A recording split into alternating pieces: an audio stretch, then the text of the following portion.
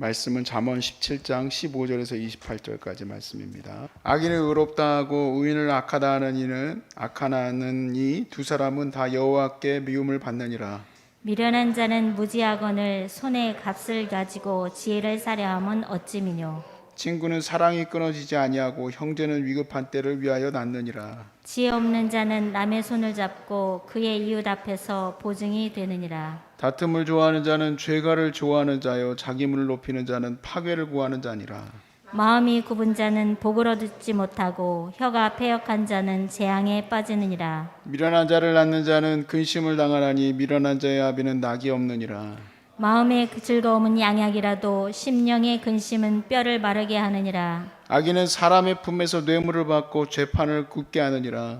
지혜는 명철한 자 앞에 있거늘 미련한 자는 눈을 땅 끝에 두느니라. 미련한 아들은 그 아비의 근심이 되고 그 어미의 고통이 되느니라.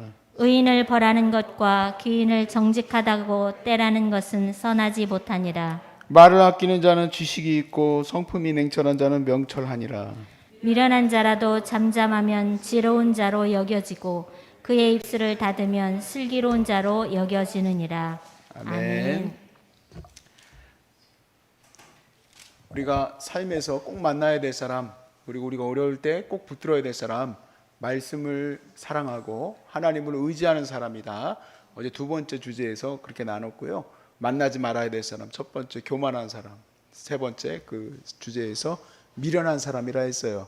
근데 이 미련한 사람에 대해서 오늘 본문에 보니까 쭉 나열을 해놨더라고요. 어떤 사람이 미련한 사람이다. 그러니까 우리가 이제 이 미련한 사람을 잘 보고 나도 미련한 사람이 되지 말아야 되겠고, 그리고 여러분 삶에서 이런 미련한 사람을 잘 걸러내시기를 축복합니다. 그래서 오늘은 만나지 말아야 될 사람, 이렇게 말씀을 같이 나눴으면 좋겠어요. 12절 말씀에 보니까 우리가 어제 봤던 말씀이죠. 미련한 사람을 만나는 건 어느 정도로 안 좋은 일이냐. 차라리 새끼를 빼앗긴 암콤, 여러분 만화에서도 가끔 나오죠. 암콤 중에서도 새끼를 뺏긴 암콤, 죽는 겁니다. 그냥 차라리 그걸 만나는 게 낫대요. 차라리 암콤을 만나는 게 낫다.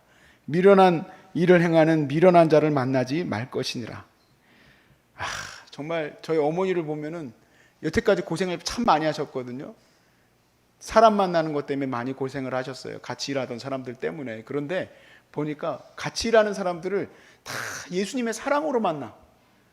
이 사람도 하나님이 도와주시겠지 이렇게 해가지고 그렇게 만나는데, 아니야. 내가 이렇게 평생 보니까 아버님을 통해서도 만나지 말아야 될 사람도 내가 구분을 딱 했어요. 그런데 어머니 보니까 특히 같이 일할 사람은 하나님 은혜를 받을 만한 사람과 만나야지, 하나님 은혜를 받을 수 없는 사람하고는 일하면 안 돼. 말도 거짓말하고요. 정말 진짜 이거는요, 정말 암콩을 만나는 게 진짜 낫다. 말 더듬다 지금. 암콩을 만나는 게 나아. 차라리 진짜로 못된 사람들은 만나면 안 돼요. 못된 사람은. 그 어디 뭐 기업에서는 관상을 본다고 그러대. 관상쟁이를 데려다가 관상을 본다는데, 관상에 나오면 참 좋겠어. 관상에는 안 나와요. 관상은 여러분 사기치는 사람이 사기친다는 얼굴 써 있는 사람이 없다고 하지 않습니까? 맞아요. 미련한 사람도 미련하다라고 얼굴에 써 있지 않아요. 누가 봐도 되게 똑똑해 보이고 되게 잘할 것 같이 보이고 말도 잘해요. 그런데 성경에 보니까 이 채가 딱 걸러낼 수 있어. 보니까 이 말씀을 보니까 그러니까 우리가 잘 보고 잘 뽑읍시다. 자, 15절에 보니까 이렇게 돼 있어요. 악인을 의롭다 하고 의인을 악하다 하는 사람, 하나님께 미움받는 사람이에요. 근데 악인을 의롭다고 의인을 악하다 하는지를 어떻게 알아요? 처음 만났는데. 나중에 살다 보면 그런 걸 느낄 수 있겠지만, 자, 이런 사람은 나는 그렇게 생각을 했어요. 그래, 맞아. 주변에 대해서 말을 많이 하는 사람은 조심해야 되는구나. 주변 사람들에 대해서, 이 사람에 대해서 저 사람에 대해서 평가하기를 좋아하는 사람은 가까이 하지 마세요. 그 사람은 실수로라도 하나님이 기뻐하지 않는 말들을 해요. 실수로라도. 자기가 원치는 않았지만 실수로 가난한 사람들을 압제하고, 또 그뿐만 아니라 하나님이 기뻐하는 사람들을 또 기뻐하지 않는 사람처럼 말하는 수도 있어요. 그러니까 말을 이 사람 저 사람 평가하는 사람은 가까이 하지 않는 게 좋겠구나. 저는 그렇게 생각이 들었어요. 왜냐하면 하나님이 기뻐하지 않는 일이니까. 하나님의 형상으로 지음받은 사람을 평가한 거니까. 그리고 제가 봤을 때 제일 미련한 사람은 리더십을 욕하는 사람이에요. 리더십. 북한 같았으면 그거 잡아갔는데 그거. 북한 같았으면 최고 존엄을 감히 그러는데 우리나라에서는 안 그렇잖아. 우리나라 직장에서도 그렇게 위에 사람들 말하기 좋아하는 사람은 내가 봤을 때는 안 가까이 하는 게 좋다. 물론 재미는 있지. 이 세상에 제일 재밌는 게 그거 아닙니까? 좋지 않아요. 16절에 미련한 사람. 자, 보니까 미련한 사람이 하나님의 지혜를 얻으려면 지혜는 어떻게 얻을 수 있습니까? 오늘 찬양으로도 계속했지만 지혜는 하나님의 말씀을 지킬 때 거기서 지혜의 은혜가 나오는 거예요. 지혜를 향해서 나갈 수 있는 거예요. 지혜가 어디 있는가? 지식을 많이 담는 게 아니라 하나님 말씀을 순종하는 거예요. 정말 신학 박사까지 올라가서도 신학 박사면은 말씀을 그렇게 많이 아는 거 아니에요? 그런데도 불구하고 말씀을 지키지 않으면 그 사람은 지혜롭지 못한 사람이지. 예전에 뉴스에도 나왔잖아요. 어떤 신학 그 가르치시는 교수님이 자기 딸을 죽였어요. 근데 그걸 냉장고에다 넣어놨는데 그거 밝혀지지 않았었잖아요. 그 뉴스 나만 알고 있어요? 그런 일이 있었단 말이에요. 그 끔찍한 사건이. 그런데 그런 일들이 왜 벌어졌냐? 그 사람은 왜 자기 사랑하는 딸을 죽였을까? 뭐 때리다 죽였는지 어떻게 됐는지 모르겠지만 그런 미련한 짓을 왜 했어요? 하나님 말씀을 그렇게 많이 하는데 하나님 말씀을 그렇게 많이 하는 사람이 왜 그렇게 자기 교회까지 넘어뜨릴 정도로 문제를 일으킵니까? 말씀을 안 지켜서 그래요. 말씀을 안 지켜서. 말씀을 지키는 데서 지혜가 나온다고 솔로몬이 얘기하지 않습니까? 그런 거예요. 그러니까 말씀을 지키지 않는 데서 다른 거 부수적으로 갖다 붙이는 거는 아무 의미 없다 이 얘기예요. 이 말씀은 아무 의미 없다. 16절에 미련한 자는 무지하거늘 손에 값을 가지고 지혜를 사려 함이 무슨 말이냐 무슨 말이냐. 대단한 사람 뭐 CEO를 데려다가 놓고 뭐 하고 뭐 해가지고 될 것 같습니까? 자기 스스로가 하나님 앞에 지혜롭지 못하면 어떠한 사람을 데려다 놔도 지혜를 향해서 가기가 어려워요. 저는 그렇게 생각을 해요.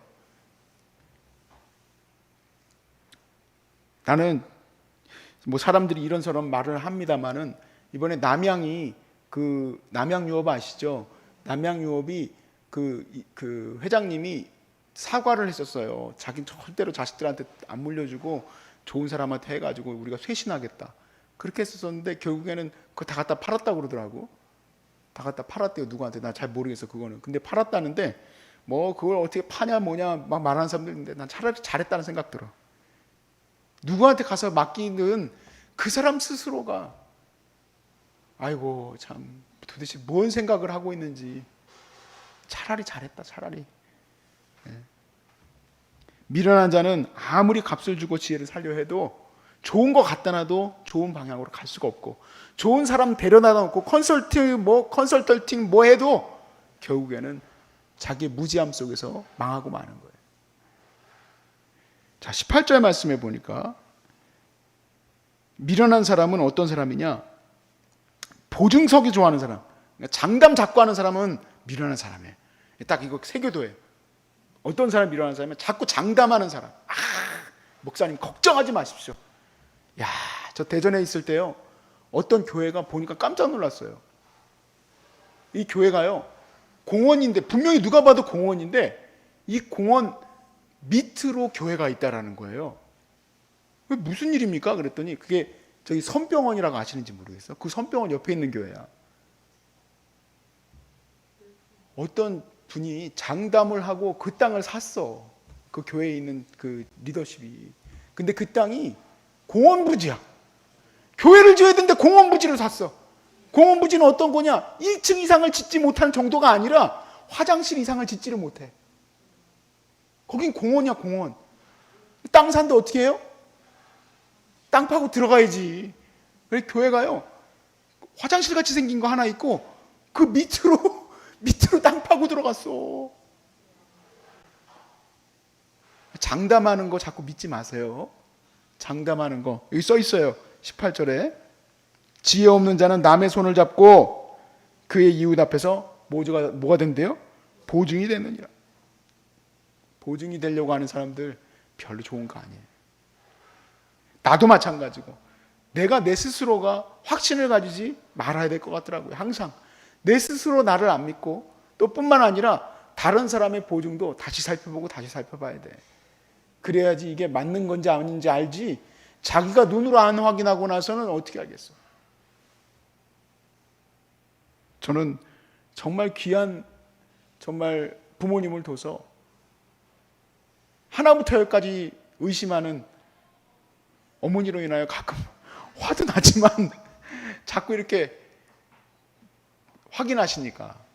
근데 그게 고마운 일이에요. 제가 뭐 걱정하지 말라고. 내가 나를 갖다가 왜 걱정합니까? 나 불옥이에요. 불옥.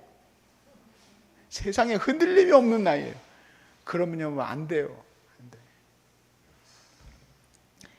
자, 미련한 사람은 어떤 결과를 가져오는지 19절부터의 말씀에 나와 있어요. 미련한 사람은 어떤 결과를 가져올까요? 17장 19절 말씀을 보세요. 다툼을 좋아하는 자는 죄가를 좋아하는 자예요. 자기 문을 높이는 자는 파괴를 구하는 자니라. 결국에는 파괴하게 만드는 거예요. 파괴하게. 싸우게 만들고 다투게 만들어 싸우게 만들고. 그 다음 20절에 보니까 재앙에 빠지게 만들어요. 마음이 굽은 자는 복을 얻지 못하고 혀가 패역한 자는 재앙에 빠지느니라. 자, 21절 말씀에 이렇게 돼 있어요. 미련한 자를 낳는 자는 근심을 당하나니 미련한 자의 아비는 낙이 없느니라. 자, 여기는 이제 자녀에 대한 얘기이기도 하지만 미련한 사람을 남편으로 뒀어. 미련한 사람을 아내로 뒀어. 집도 파괴하고 일도 어렵게 만들고 괴롭게 만드는데 그것만큼 바보 같은 생각이 어디 있어요. 그러니까 어느 기업에 다니느냐, 어떤 직장에서 얼마나 돈을 버느냐보다 더 중요한 게 뭘까? 하나님 말씀을 두려워하고 그 말씀을 따라서 의지하고 살아가려고 하는 짝인지 아닌지만 봐야지. 다른 건 따라서 들어오는 건데, 알아서 따라 들어오는 건데. 네? 그렇게 미련한 인생을 만나서 자기 인생 망치는 것뿐만 아니라 가정 전체 망치는 경우도 얼마나 많습니까? 우리가 정신 차리고 이 말씀을 통해서 아, 그래, 내 자녀의 배우자는 하나님 말씀을 사랑하고 하나님에 대해서 의지하고 살아가는지 그걸 봐야 되겠구나. 그걸 보셔야 돼. 제일 중요한 만남 아닙니까? 짝에 대한 만남이. 그걸 알아야 돼. 그리고 내 자녀도 그걸 알아야 돼. 영어 잘하면 뭐합니까? 영어 잘하다가 망하는 애들도 많아요.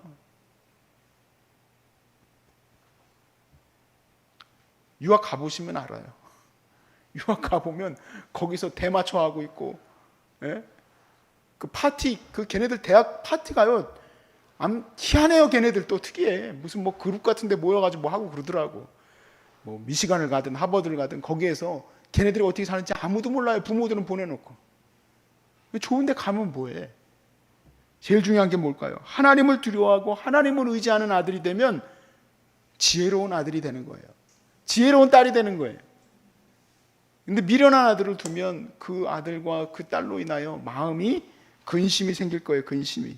그래서 제일 중요한 게 뭐냐? 저는 자녀들에게 말씀을 가르치는 것이 가장 중요하다. 이렇게 생각이 들어요. 25절 말씀에 이렇게 돼 있어요. 우리 방금 읽었죠? 방금 읽었나? 25절? 일단 읽어보시죠. 미련한 아들은 그 아들의, 네, 맞죠? 그 다음에 27절에서 28절 말씀이에요. 27절에서 28절에 보니까 이 말씀은 뭐냐면 당신이 미련한 사람이라고 생각한다면 입을 닫아라. 말을 하지 마라. 그러면 미련한 사람이 아니라 지혜로운 사람처럼 보이기라도 한다 이 얘기예요. 그래서 27절에서 28절에 말을 아끼는 자는 지식이 있고 성품이 냉철한 자는 명철하니라. 미련한 자라도 잠잠하면 지혜로운 자로 여겨지고 그의 입술을 닫으면 슬기로운 자로 여겨지느니라. 자, 이 말씀은요 정말 삶에서 제 인생의 모토이기도 해요. 가장 중요한 말씀입니다. 제가 오버하고 잘 몰라가지고 그 젊은 시절에 목회할 때 잘 몰라가지고 막 아는 체를 했어요. 오면은 막 되게 친절한 척하고 막 되게 막 이게 그 사람을 재밌게 해드리려고 노력하고. 근데 그거 아주 안 좋은 일이더라고. 차라리 내가 입을 최대한 닫는 게 제일 좋은 것 같아. 문제도 안 일어나. 말을 안 하면 문제가 안 일어나요. 얼마나 좋아요. 말을 안 하면 얼마나 좋아. 그리고 여기 뭐라고 돼 있어요? 잠잠하면 지혜로운 사람으로 여겨진다잖아요. 저 사람이 말을 안 하니까 뭐가 있긴 있나 보다. 그렇게라도 생각이 들지. 마지막 절은 보너스 말씀이라고 생각을 듭니다. 27절에서 28절은 사랑하는 여러분, 우리는 미련한 사람을 다 걸러낼 수도 없고 또 그렇게 할 수도 없습니다. 그렇지만 우리가 사람을 볼 때 제일 중요한 덕목은 반대적으로 이 지금 이제 나열한 건 다 이해하지 못하더라도 하나님을 사랑하고 하나님 말씀을 의지하는 사람이 얼마나 귀한지 다시 한번 깨달으시길 바라고, 우리의 삶에서 우리의 자녀들과 우리의 다 자녀들의 배우자들이 하나님을 사랑하는 자들을 만나게 해야 된다는 것이 얼마나 중요한지를 깨달아 하시길 바라요. 다른 거 알아서 따라 들어와요. 알아서. 다른 거는. 그러니까 그것이 제일 중요하다. 하나님 말씀 따라 살아가는 여러분의 가정 되시길 바랍니다.